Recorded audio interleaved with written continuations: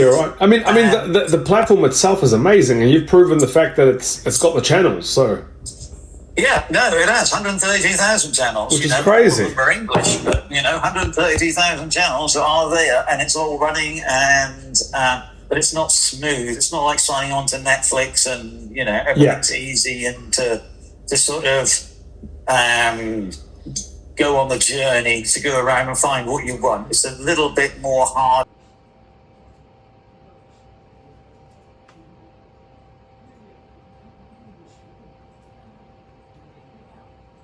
Are you free about 3:00? Yeah, give me a call then. Just quickly, I got your email. That URL's wrong. Application spelled wrong. It says application. For what? That Stripe webhook. Oh, that's weird. Yeah, so the actual webhook link was.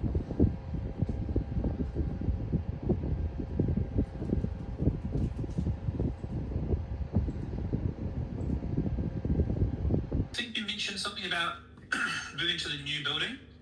Was that going to be in August? Yeah, so one of the problems that Paul had was the consent on the new building, the council. They had, as with anything with council, it takes forever. They finally gave consent, so they gave consent on Friday. Oh no! So building starts soon. I think in the next week or two. But that building and that the fit out, right? They fit out, yeah, but there's got a 6.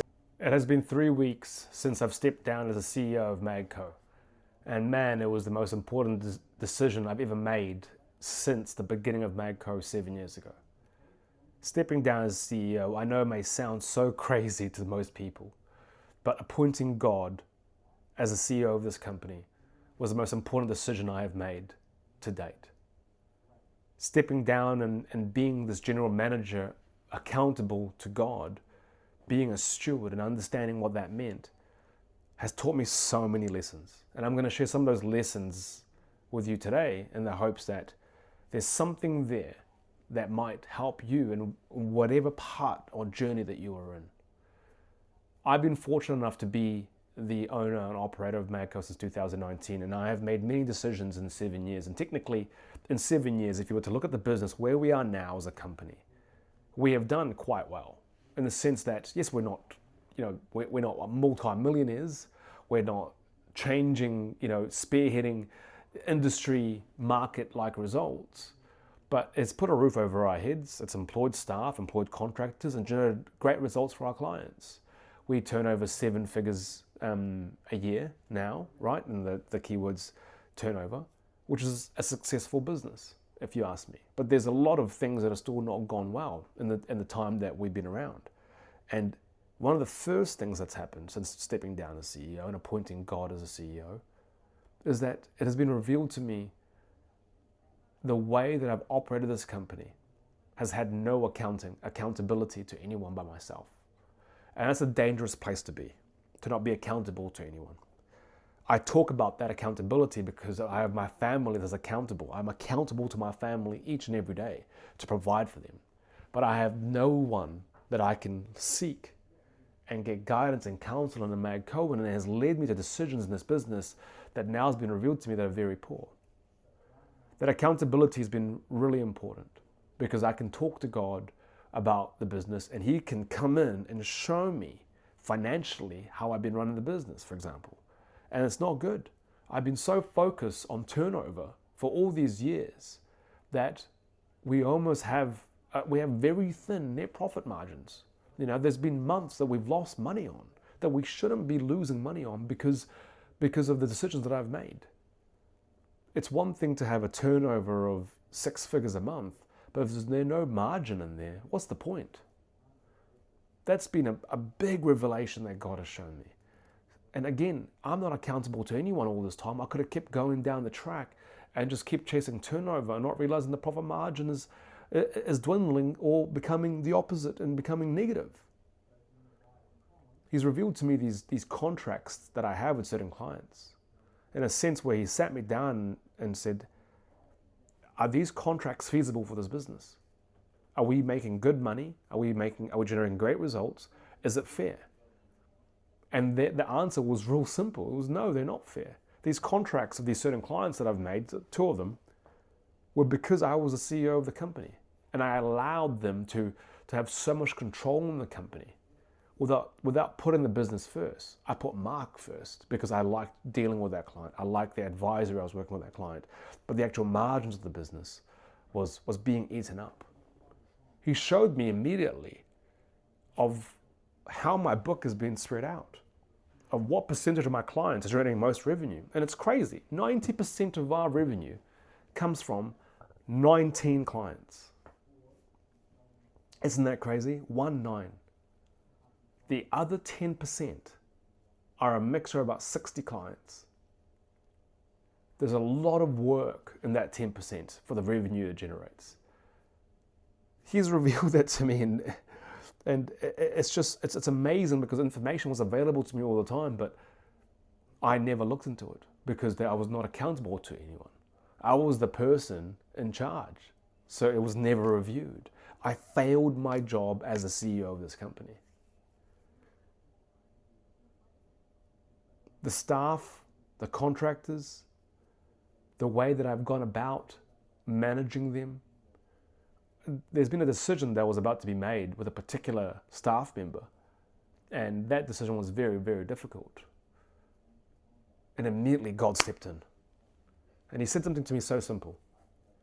If you were to change that person's job title, would that person still not be of value to you? Again, something I could have just done on my own accord, on my own selfish desires, would have totally affected the business. Seeking God as a CEO of this business has been the most amazing change of the last 3 weeks. And we are going through some massive challenges. Now, these challenges are warranted. Dan Roma had explained very recently in a podcast, if you go out there and proclaim that you are doing something for the kingdom, do not be surprised if the enemy comes to steal, kill, and destroy. Why would he want me to progress when I'm making such a public announcement about what I want to build? I want to build a kingdom business with God as a CEO of this business. I want to be a steward of this business, a servant of this business. I want to be used as a servant to further the kingdom of God, to create strongholds under the kingdom and break demonic strongholds throughout the world. Man, the enemy is not going to be happy with that. And he's attacking and attacking and attacking. But God has been there every time as my armor. He has stood in front of the attacks. He has kept me up. He has been my foundation and my stronghold. When I am worried, he tells me not to worry. When I cry to him, he tells me I am blessed. When I pray to him, I hear his voice. When I seek him, he says I am here. God is so good. And I realize now for the last 7 years, I have not put him first. I have not sought him before everything else. I have sought my own selfish desires before everything else. The way I run this company has been my way. And my way is as a sinner. I have faults. I can't tame my tongue. I have lustful desires and materialistic wants. How can I lead a business, a kingdom business, with all these things that I fall short with? But when I make God CEO, grace comes in and covers that and forgives me and gives me salvation. And through that grace, that covering, together God and I can build that business. I totally understand now the wrong path that I've taken. And it's not through action, it's not through ability.